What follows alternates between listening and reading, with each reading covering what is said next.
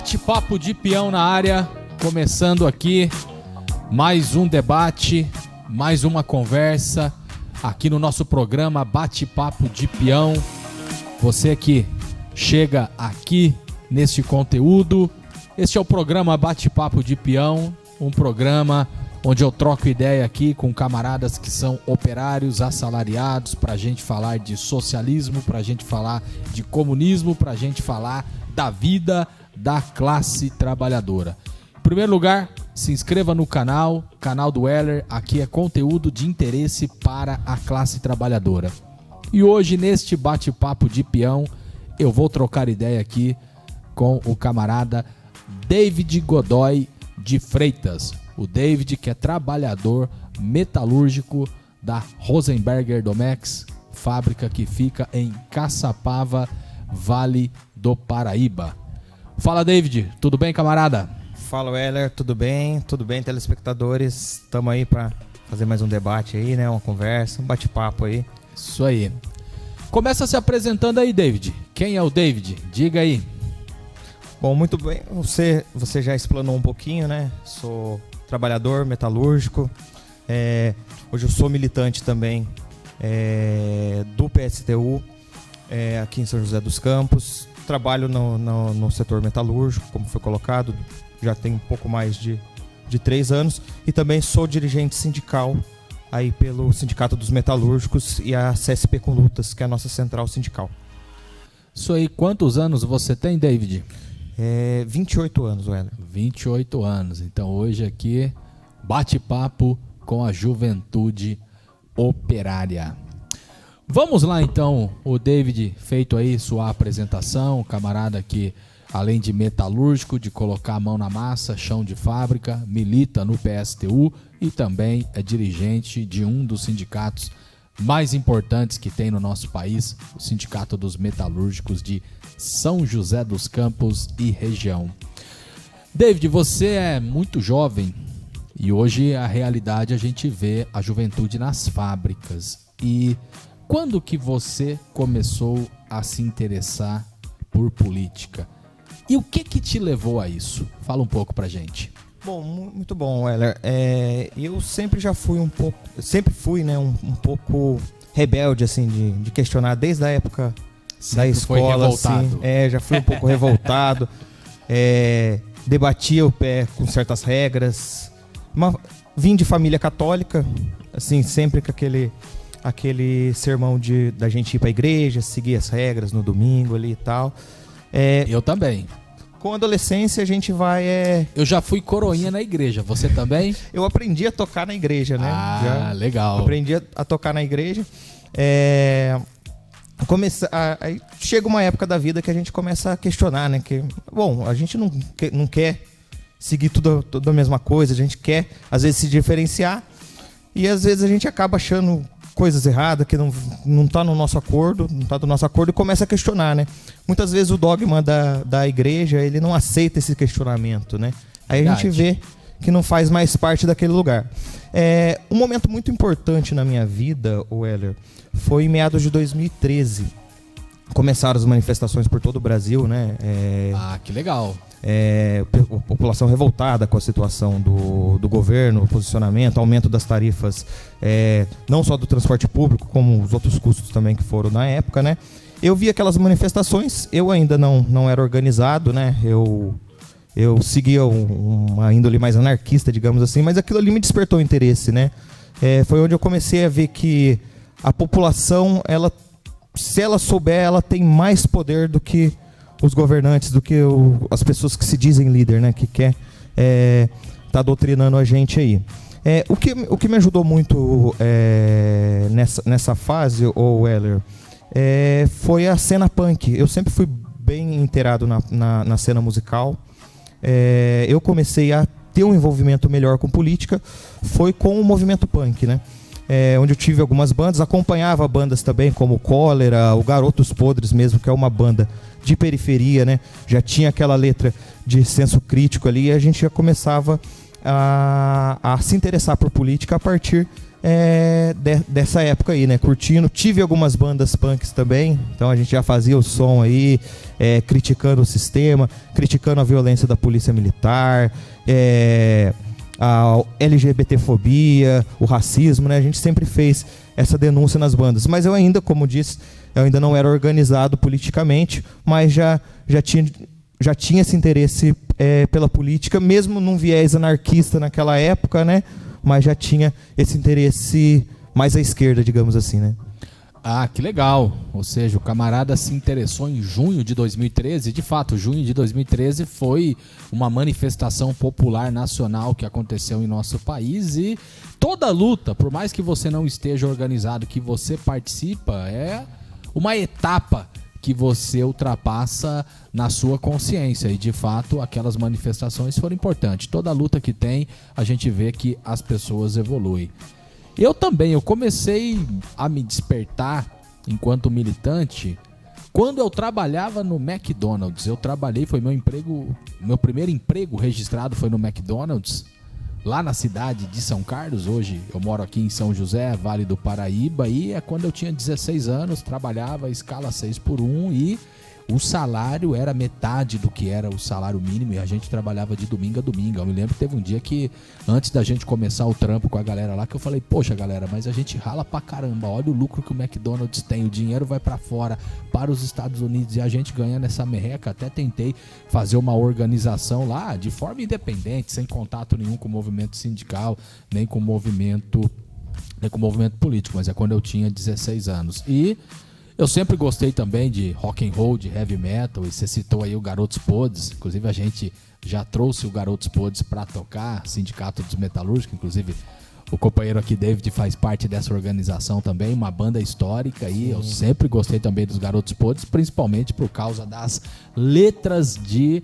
protesto. Então é isso, a gente, quando tem um nível de consciência política, a música também faz parte da nossa vida, e nesse sentido, Garotos Podres tem tudo a ver, inclusive, com o movimento operário, né? As letras bem da hora. Ô Heller, você tocou num ponto bem importante também, né?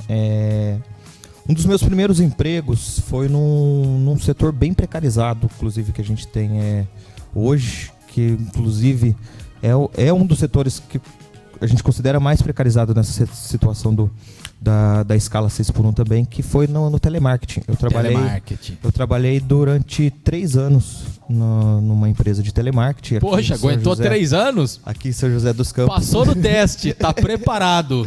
Aqui em São José dos Campos. Nessa época também a gente teve a iniciativa de estar organizando uma militância dentro contra as próprias políticas da empresa, né? Que a gente sabe que hoje o salário muito precarizado, a carga horária é muito puxada. A pessoa, imagina, tem 15 minutos para almoçar, fazer essas refeições, fora que ela perde 2 horas para ir para o trabalho, dependendo da distância de onde ela mora, 2 horas para voltar para casa.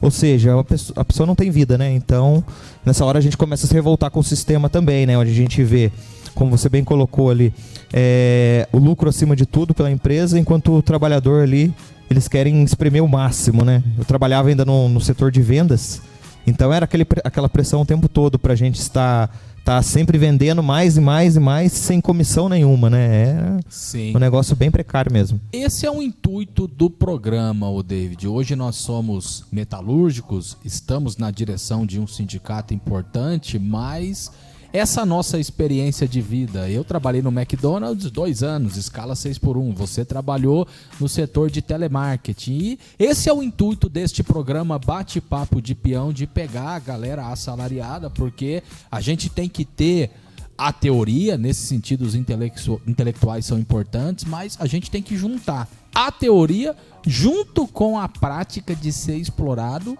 para a gente fazer a organização para mudar tudo isso que está aí. Então esse é o intuito. Bate-Papo de Peão. Você que ainda não está inscrito, se inscreva no canal. Canal do Heller, aqui é conteúdo de interesse para os trabalhadores. Agora, David, eu queria a sua opinião aí, que você falasse um pouco sobre a situação da juventude nas fábricas. Infelizmente, hoje é parte da realidade da polarização que está colocada no mundo. a ultradireita, ela segue disputando as mentes e corações e, infelizmente, a ultradireita entrou na favela, entrou na quebrada e tá também na cabeça da juventude operária que tá nas fábricas. Então, eu queria que você falasse um pouco sobre isso e por que que hoje é isso. Eu também cresci revoltado, como você falou.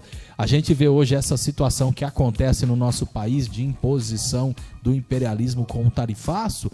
E mesmo não sendo organizado, eu fui criado numa cultura anti-imperialista. Estados Unidos nem a pau, aqui não. As manifestações, galera queimava as bandeiras dos Estados Unidos. Hoje você vê a molecada reivindicando o modelo de trabalho dos Estados Unidos. Por que que isso está acontecendo e qual que é o pensamento da juventude operária hoje nas fábricas?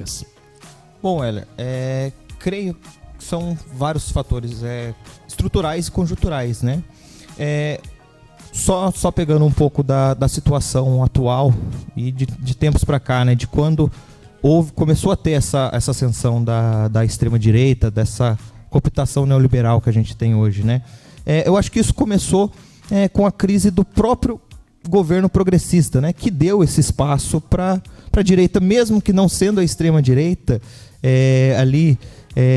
dando aquele espaço no governo para eles terem uma bancada ali, a vice-presidência, né?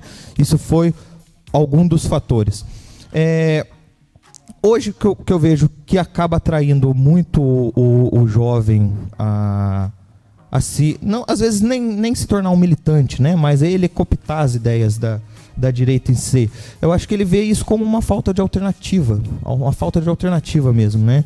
Ele vê muitas vezes ali o que acolhe ele às vezes é dentro da igreja ali, que às vezes tem muito, não criticando todas as religiões, né, claro, mas grande parte da parcela conservadora que a gente tem no país é devido à igreja evangélica, à igreja católica hoje. Eles têm essa facilidade de cooptação dentro das comunidades, né? Isso é verdade, o peso das igrejas, não podemos desconsiderar isso de jeito nenhum. Outro campo que a extrema-direita ela se especializou muito também hoje em dia são as redes sociais, né? Perfeito. Hoje eles trabalham muito bem. Você acha que a nossa comunicação enquanto esquerda para a juventude operária, que a gente tem falhas nisso? Creio que temos muitos pontos a melhorar, né? Está desenvolvendo. Mas não seja, eu creio que não seja exatamente um problema em si da esquerda, essa falta de comunicação. Digamos que hoje a direita no país é quem tem o sistema na mão, né? A máquina na mão, eles que controlam os meios de comunicação, a maioria das vezes, né? As grandes operadoras de TV, as grandes emissoras hoje são a serviço do capital, a serviço da burguesia. E é lógico que eles vão empregar políticas que favoreçam a si próprio, né? Ao empresariado em si. Outra coisa que tem pegado muito ultimamente também é esse discurso neoliberal de meritocracia, né? Que se você largar, por exemplo, a CLT hoje, que tem se criticado muito. Esse é o debate, né? CLT versus empreendedorismo. Isso.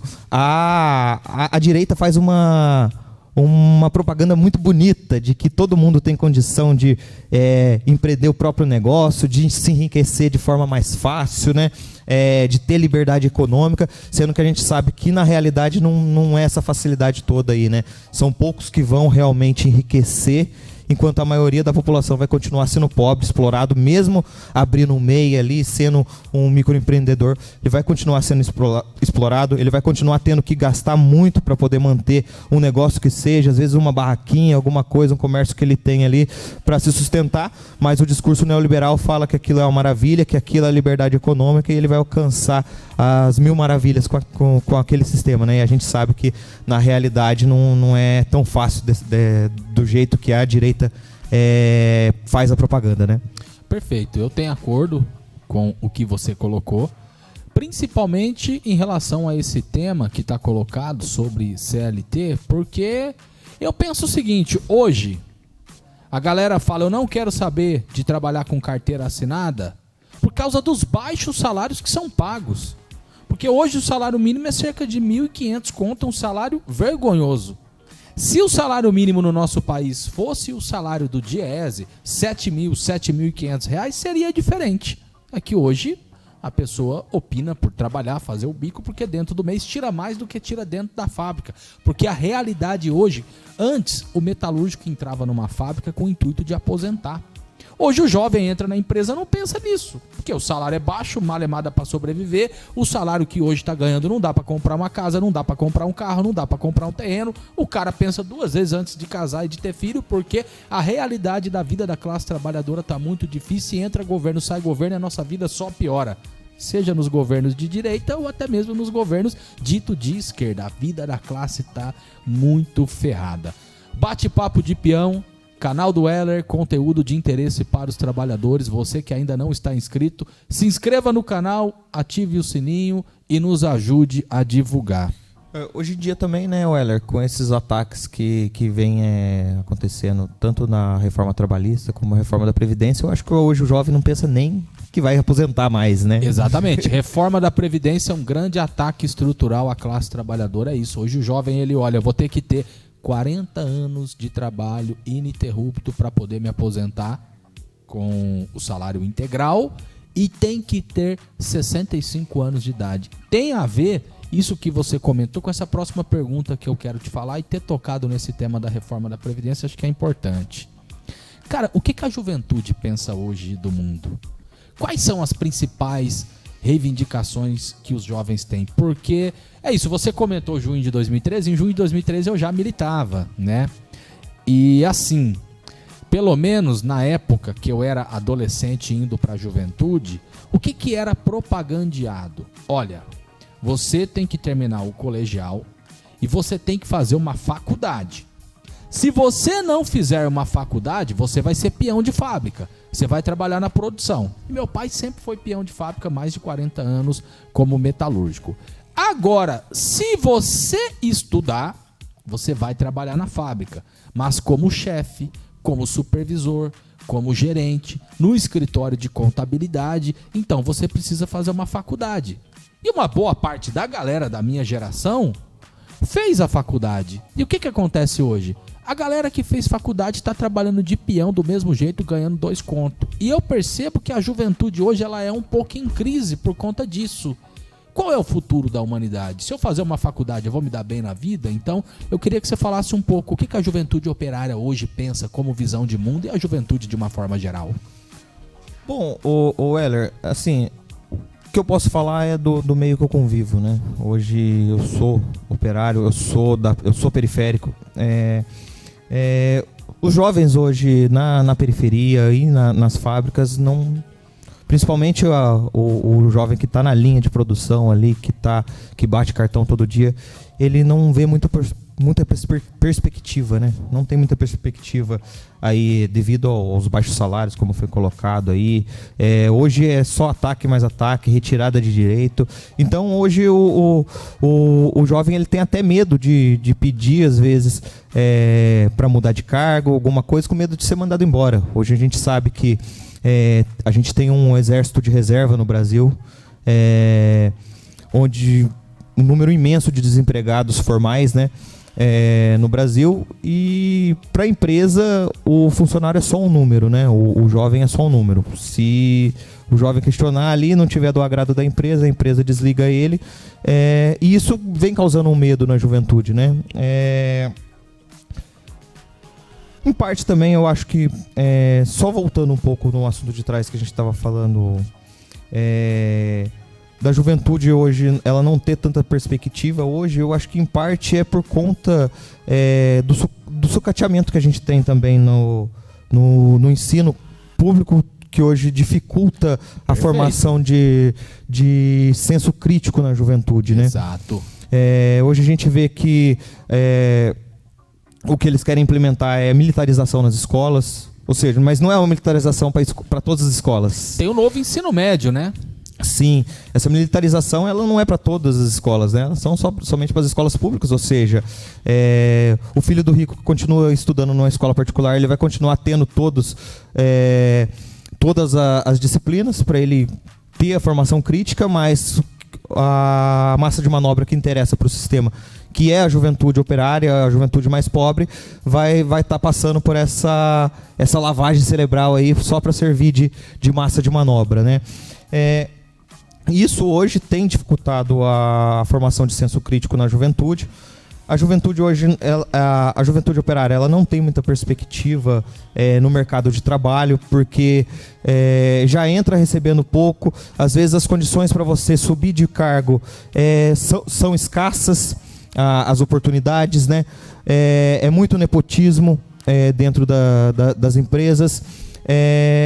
Então, realmente, para a juventude hoje é muito difícil ter uma perspectiva no cenário operário em si, pelo menos para a nossa classe, né? De fato, esse tema da luta pelo fim do capitalismo e a construção de uma sociedade socialista, eu acho que está vigente. É que hoje a gente disputa com os principais veículos de informação que tem, Rede Globo, Bandeirantes, mas hoje a gente tem a internet, que eu acho que é importante. Eu percebo o seguinte, que hoje a galera está discutindo socialismo, a galera está discutindo comunismo, porque dentro do capitalismo é isso, é escala 6x1, é baixos salários, não ter mais o direito à aposentadoria, e a juventude, ela entra numa crise danada. O que vai ser o meu futuro? Porque antes o metalúrgico, ele tinha um status na sociedade, ganhava bem, minimamente conseguia comprar uma casa, um carro e sustentar a família. O que está colocado hoje para a juventude, de fato, é um cenário de muita crise. Por isso que a gente tem que debater com a juventude, que precisa se organizar para a gente destruir esse sistema capitalista e a gente construir uma sociedade socialista. Bate-papo de peão, hoje aqui trocando ideia com o camarada David, falando um pouco sobre a situação da juventude operária. E aí, David, eu queria, para a gente ir finalizando, que você falasse o porquê que a gente tem que se organizar para destruir o sistema capitalista. Porque a juventude tem ido para as ruas, nas manifestações, principalmente os setores oprimidos, a mulherada, os negros, LGBTs também, é hoje parte da vanguarda de luta que a gente tem no país. Agora, você deu inclusive o exemplo aí que você já teve ideias anarquistas, e eu falei até um pouco aqui de no passado também, um pouco revoltado com as coisas, e sem organização todo mundo pode ser revoltado tanto que for, não é? Você pode ficar na sua casa ali no Instagram, no Facebook, no TikTok, reclamando o capitalismo não presta, o capitalismo não presta. Você pode até participar de uma manifestação, cada um levantar a sua bandeira, tá tudo errado. Agora, para a gente superar o capitalismo, a gente precisa se organizar. Então eu queria que você falasse aí a importância da gente se organizar para a gente lutar por uma sociedade mais justa. Sim. Weller, hoje o sistema capitalista, né, ele destrói, né, vamos colocar dessa forma. Ele não constrói, ele não produz nada. Quem produz é a classe trabalhadora. Hoje o sistema capitalista, ele é responsável. O mercado de trabalho que a gente vê hoje em dia, né, ele é responsável pela maioria das doenças mentais que a gente tem hoje. Interessante, né? A juventude está doente, não está não? Adoecendo demais, né? É depressão, é suicídio, é crise de ansiedade que a gente vê. E é um número muito mais alarmante do que se tinha no passado, né? Perfeito. Esses casos aí de suicídio, de depressão. Hoje, por conta dessa defasagem, dessa falta de dinheiro, a gente vê muita gente envolvida com apostas, esse sistema das bets aí vem acabando também. Verdade, o tigrinho, né? Isso, com essa falsa propaganda aí de enriquecimento, né? O pessoal cada vez se afunda mais. E isso é parte do sistema mesmo. Enquanto a gente estiver no sistema capitalista, a intenção de quem gere é se manter rico, se manter no lugar, né? Se manter no poder, enquanto a classe trabalhadora não importa como, eles vão achar forma de estar explorando, de estar espremendo o máximo, né? Hoje o sistema capitalista, Weller, ele não destrói só a pessoa, né, mentalmente, fisicamente, ele acaba com a natureza também, né? Interessantíssimo, meio ambiente. Ele precisa cada vez de mais recursos para poder produzir, e nem sempre quer dizer que essa produção vai estar servindo para todo mundo. A gente sabe que produz somente visando lucro, né? Então produz em excesso, não tem controle. Alimento mesmo, né? Você tocou na questão da taxação. Muita gente pensa às vezes que por conta da taxação, hoje o Brasil, por exemplo, é um dos maiores exportadores de laranja para os Estados Unidos, né? Sim. Muita gente pensa que de carne também, para a China, para os Estados Unidos, café. Todo mundo tá achando que o cafezinho vai ficar mais barato, né? Sim. O pessoal acha que, assim, não tendo exportação para fora, o agronegócio vai ser obrigado a reduzir o valor para vender no mercado interno. Não, para eles não. Para eles é muito simples. Se não tiver venda, eles descartam. Destrói. Sim, destrói, porque é mais barato você destruir do que você fazer a distribuição, né? Igualitário. Então, o sistema capitalista ele não visa a humanidade, ele visa somente o lucro. Hoje a importância da gente estar organizado, Weller, é fundamental para a gente ter noção do mundo que a gente vive, para a gente aprender como dirigir as lutas, como organizar a classe trabalhadora, né? Hoje, como você disse mesmo, né? A gente tendo um pensamento anarquista de revolta, a gente pode se revoltar, mas não vai mudar uma palha. Então é importantíssimo a gente estar organizado aí, ter uma direção, um centralismo que nos mostre a direção, né? Porque não adianta nada. Um exemplo, a gente derruba esse sistema capitalista, mas e agora, daqui para frente? Se não tiver organização, volta tudo de novo. A própria população, as próprias pessoas vão engolir umas às outras. Então é preciso ter organização, sim. É importante para a gente ter aprendizado, para a gente conseguir... porque a gente sabe que unidos somos mais fortes para tá combatendo não só a extrema-direita, tá combatendo o sistema, as opressões no geral, né? É isso aí, bate-papo de peão, conteúdo de interesse para os trabalhadores, hoje aqui neste bate-papo, o camarada David Godoy. É isso aí, foi muito bacana, acho que você tocou aí na sua fala final no tema da saúde mental, acho que é um tema que a gente precisa, inclusive, debater com muita seriedade, assim como também o tema do meio ambiente. E você que quer se organizar, chega junto com a gente no movimento sindical e popular via Sindicato dos Metalúrgicos de São José dos Campos e região e a nossa central sindical que nós construímos, a CSP com Lutas. E você que quer militar, se organizar, chega junto aí, venha conhecer o PSTU. Na nossa opinião, para destruir o sistema capitalista, nós precisamos construir uma sociedade socialista. E para isso precisa de partido revolucionário. E o partido revolucionário no nosso país é o PSTU, Partido Socialista dos Trabalhadores Unificado.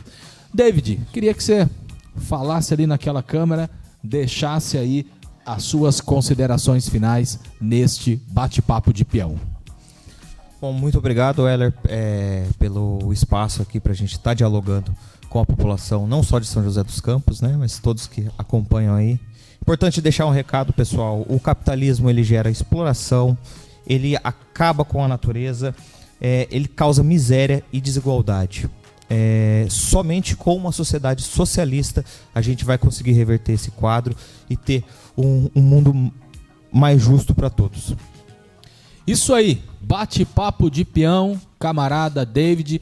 Você que chegou até aqui, que ainda não está inscrito, se inscreva no canal, ative o sininho. Gostou aqui deste conteúdo? Já pega aí, galera, dispara aí nos grupos de WhatsApp, Telegram, do Signal, ajude aí a divulgar também nas redes sociais. E você que acompanhou, que tem acordo, que a gente precisa superar o capitalismo e que a gente precisa se organizar e lutar por uma sociedade socialista. Você que gostou do conteúdo, deixa aqui o comentário aqui embaixo, a gente vai entrar em contato com você. A gente precisa da organização da classe trabalhadora, do povo pobre, dos setores oprimidos, para a gente ir para cima deles, para cima dos capitalistas e bora construir uma sociedade socialista. Finalizando aqui o bate-papo de peão, se inscreva no canal do Weller. Aqui é conteúdo de interesse para os trabalhadores.